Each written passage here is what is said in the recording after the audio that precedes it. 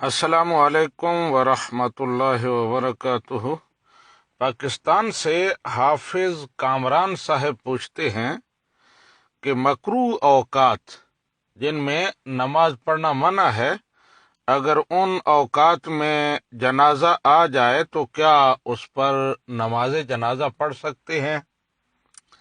جی حافظ کامران صاحب، اگر کوئی آدمی فوت ہوتا ہے، فوراً اس کی تجہیز و تکفین کی تیاری شروع ہو جاتی ہے، اور جب وہ نماز جنازہ کے لیے تیار ہوتا ہے، یعنی غسل اور تکفین کے بعد، تو مکروہ وقت شروع ہو جاتا ہے۔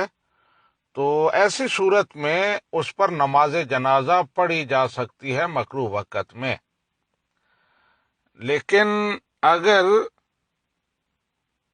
فوت ہونے کے بعد اتنا ٹائم تھا کہ مکروہ وقت سے پہلے صحیح ٹائم میں نماز جنازہ پڑھی جا سکتی تھی، لیکن سستی کی گئی اور نماز جنازہ نہیں پڑھی گئی، تو ایسی صورت میں مکروہ وقت میں نماز جنازہ نہیں پڑھ سکتے۔